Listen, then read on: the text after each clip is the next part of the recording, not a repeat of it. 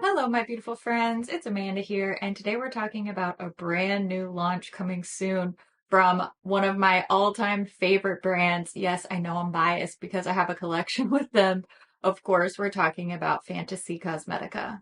They are back with another new class palette. This time is all about the monk, which means, of course, there is a 9-pan palette and there's also a monk fragrance. This little monk collection is launching on Wednesday, January 29th. It will be live on the Fantasy Cosmetica site at 9 a.m. Pacific time, so make sure you check your time zones. I'm not 100% positive when or if these will be available via their international retailers. I know that they do have some of their products available with I Feel Beautiful in Canada and Monolith in the EU. I will ask about that and I will let you know in the description box what they say. They're awesome about getting back to us with info. So I am certain I can find out about international retailers for you. And I do have a list of the prices here. They sent it over with the palette. So the palette will be $38.99. You can get a sample of the perfume, a 1 milliliter sample for $2.29. I love that they offer samples of their fragrances because it's really not something that you necessarily want to blind buy. So you can get a sample. Then they have a 10 milliliter and a 30 milliliter sprayer option. So just FYI, this is the 10 milliliter and this is $16.99. The 30 milliliter is $32.99. And then they have some palette bundle options. So the small perfume and palette bundled you can get for $52.99. Then the larger perfume and the palette bundle is $67.99. You will also be able to use affiliate codes for this collection. Mine is just my first name, Amanda, and that will save you a couple of bucks on your purchase if you decide to pick this palette or fragrance up. Just an FYI, they cannot ship the fragrances internationally, so those will only be available for the US customers. It's definitely not personal from Fantasy Cosmetica. It's truly a shipping restriction handed down by the postal carriers. So I'm sure if you live outside the US, you're more than used to these types of restrictions. The perfume bottles are all hand painted, so each one will be unique and individual. I love having that one of a kind feel. It has a fresh air, very springtime type of scent. I'll put the top, middle, and base notes written out here if you want to see everything that they have listed. I'll tell you that I really, really get the top notes most of all. There's a driftwood, sandalwood, and musk base note that is not really pronounced for me. I really get the crisp greens smell most of all, which I like because I love a more woodsy, outdoorsy smell versus something that is more floral. So I really like this. I would say it's on the lighter side. It's not a very overpowering or overwhelming type of fragrance for me. So it's definitely a nice springtime fragrance. Now let's dive into this palette. I want to show you close-ups, swatches, of course, this eye look that I'm wearing today. And I do have just a small handful of comparisons. There are a few palettes that immediately came to mind that I'm interested to see this swatched next to. But if there are any other comparisons that you don't find in this video that you would like to see, leave those suggestions in the comments. I can always make a little YouTube short for those if we need more comparisons. So just let me know in the comments. First, let's start with a close-up look at this palette and its packaging, and then we'll get into the tutorial and swatches. The cover of the Monk palette has the Fantasy Cosmetica signature stained glass style illustration. The colors are definitely reflective of the shades inside the palette, And then on the back, there's an ingredients list, and they also note that these products are cruelty-free and vegan. Just FYI, these palettes do come in a sleeve instead of a cardboard box, and the exact same information is on the back of the palette. So if you need a reference for the ingredients and whatnot, you don't have to keep the sleeve to keep that information at hand. There is a mirror inside, and then all of these shades are their magnetic pans. So you can pop these shades out, rearrange them, put them in another palette as you see fit. The Monk palette has 5 mattes and 4 metallic shimmers. Two of the shimmery shades, Flow and Flurry, are both those speckly, sort of tie-dyed type shades. So those are going to look a little bit different in each palette, and they're also going to appear different in the pan versus the swatch. So don't worry, I'm going to give you my typical swatch style so that you can see what I mean there. On top, we have the finger swatches, and then below is the brush swatch of the same shade. I use a flat eyeshadow brush. I don't dampen my brush. I don't swatch over primer or anything like that. That way you can see what these shadows look like straight onto the skin. And then in the tutorial, you'll get to see what they look like on top of an eyeshadow primer. I find this shade layout very pleasing. I like the order of light to dark shadows. It just flows very naturally for my eye. And I think these are well balanced as far as the mattes and shimmers. I like that there isn't any shades that I feel are too similar to one another to where they feel redundant. I'm also really impressed by the consistency of these shadows. Yellow shades in particular can be quite difficult in my experience. Often, yellow shadows have a bit of a drier feel, a kind of patchy look on the skin, especially really bright or really light yellows. So I am impressed by the brush application of these yellow shades.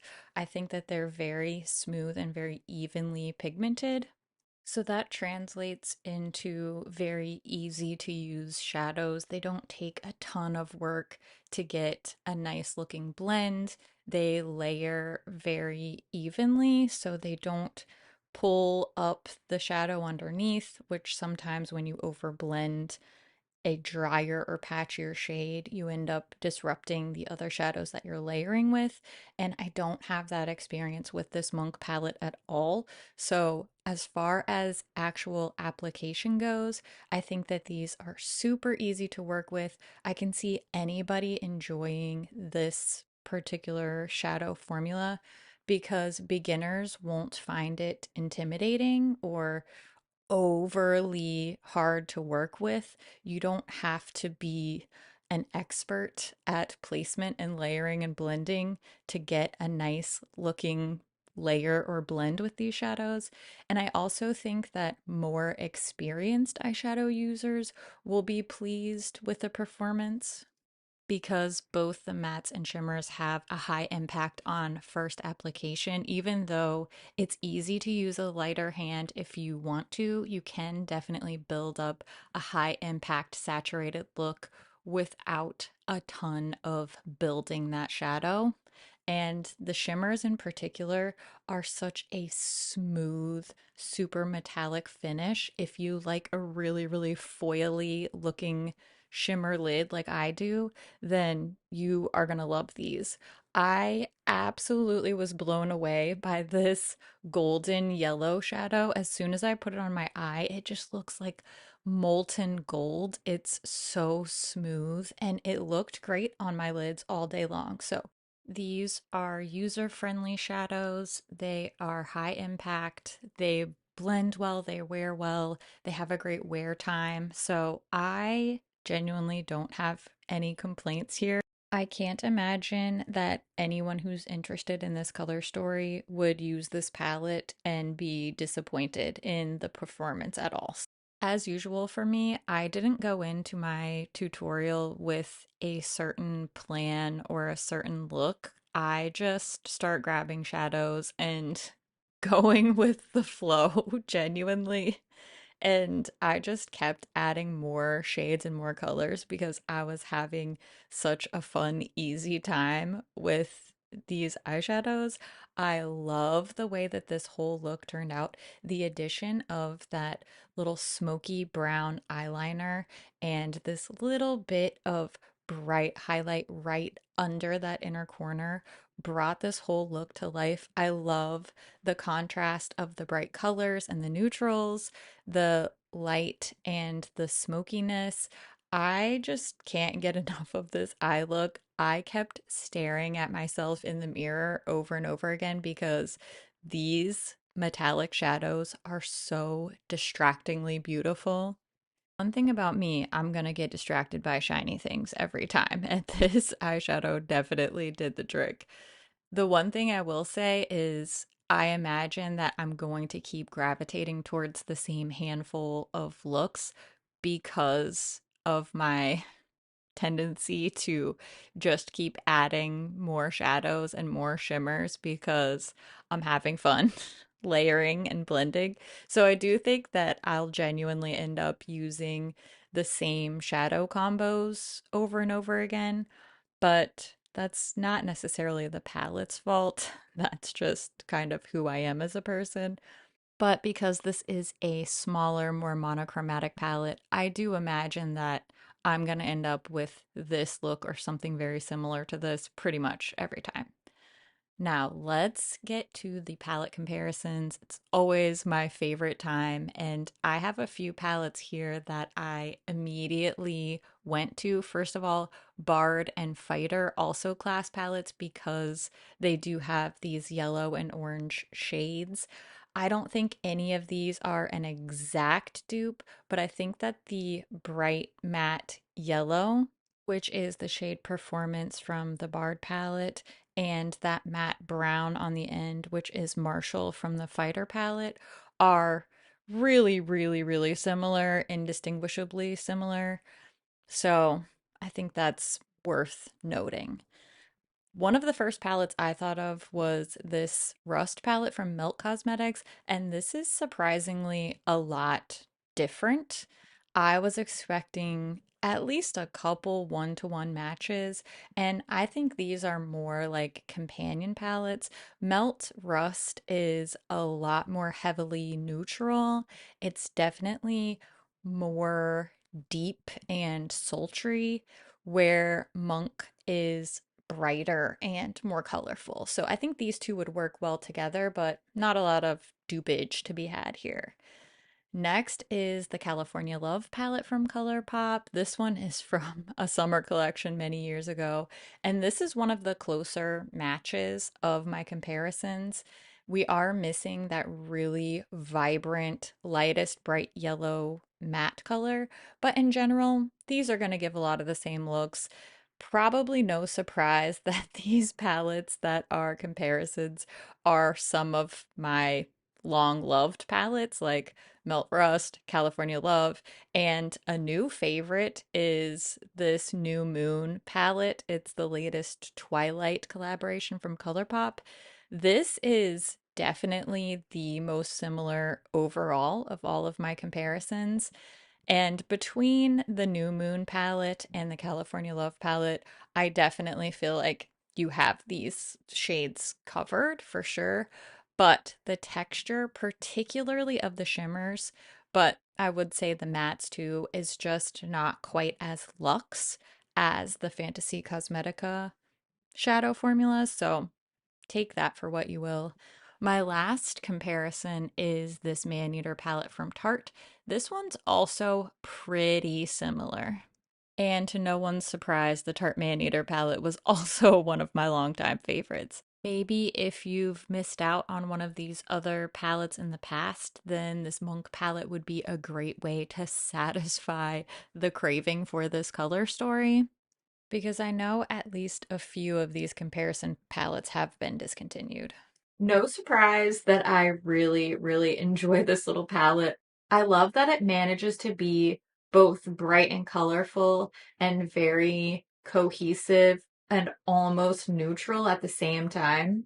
This rich, toasty, sunflowery matte color called Channel is definitely my immediate favorite shade in this palette. I can tell you right now, I'm going to have a hard time using this palette without immediately going to this shade. It's just soft and saturated and just so beautiful. It's not quite orange. It's not quite yellow. There's no brown base to this at all. The shimmers in here are so smooth and they just look like molten metal on the lid. I love the way that all of these shades blend and layer together. The mattes are velvety and pigmented, but they're not crumbly and hard to work with. They're just they're just right. They're just right. Fantasy Cosmetica does just right so well. I think that this particular palette, this color story, is going to have a lot of crossover appeal because I think that color lovers and neutral lovers alike are going to gravitate towards this color story and feel comfortable using these shades. This is just, it's warm and beautiful, and the shades are just so silky and yummy. As usual, I think this is a well curated, well thought out palette that a lot of people are going to love. I would love to hear what you think about this palette. Are there any other comparisons that you think would be helpful? I always love to hear what you think about things too, so make sure you leave all your thoughts down in the comments below. As always, thank you so much for watching, and I'll see you in my next video. Bye! This palette and the Pomander Balm go so perfectly together. See what I mean? It's so cute. And I just made these new little golden yellow earrings for my Etsy shop. Just listed them like 2 days before this palette got here, so perfect timing. I feel like a little sunflower. Let's just try some of this on, shall we? Mm, mm. Look at this artwork. Oh my gosh, this is so beautiful. They never use AI, by the way. All of their artwork and design and everything is done by a person. This was made by a person, I guarantee it. I mean, these shimmers on the lid are just so smooth and just delicious. Delicious looking. Is that weird? Is that a weird thing to say? Probably. Hey, that was weird. What? Where did I put my little wipes? Oh, they're right. I did it. We're just kind of going with the flow here. Mm, I am so addicted to these lip balms. Mm, so good. I just received an Ulta order, and was it shipped in a little flimsy little bubble mailer? Yes, it was. It's a miracle that nothing inside was broken because I did order a powder. But I was missing an item. There are 6 items in my order, 6 of them. 5 are drugstore items, and 1 is a super expensive high-end item. Which one do you think was missing from my order? A whole Dior foundation. Like, are you kidding me? The other 5 items were from Elf, CoverGirl, and Milani. And somehow the one thing that they manage not to pack into my order is a whole Dior foundation that's like 3/4 of the budget of this whole order. Now, they did send me a replacement, which I haven't received yet, immediately, which obviously I'm sure they took one look at my order history and they were like, yeah, let's send this lady a replacement ASAP. But, ugh, I don't know. I feel like their standards have slipped so much because their rewards program is way better than Sephora. Their selection is amazing. They've added so many great high-end brands to their roster. Their shipping has been really subpar for a couple years now. No offense to anybody who is watching who works at Ulta. I don't personally think that it is your individual fault. It's just something that I've noticed. It's just something I've noticed. I don't have as many missing items and broken items in my Sephora orders. It's just something I've noticed. Look, I love Ulta. I love Ulta. You don't stay diamond for like 10 years in a row without loving Ulta, okay? I love Ulta. But their shipping has been mid sus, as the kids say. All right. First world problems. It's not really that big of a deal. I'm not pressed. I'm not mad. I'm not going to leave a bad review. It's just something that happens. It's something that happens. It's not that bad. It's fine. New Dior foundation review coming in the next few days, weeks, whenever it gets here. I don't know. Okay, anyway, that was rambling hour with Amanda. Thanks for watching. I hope you have a good day. That's really all that there is to it. I just hope you have a good day. And if you're not having a good day, that's okay. That happens. Happens to the best of us, but we'll make it through together. You want to know why? You want to know why? Because I love your face. And I'll see you real soon in my next video. Bye.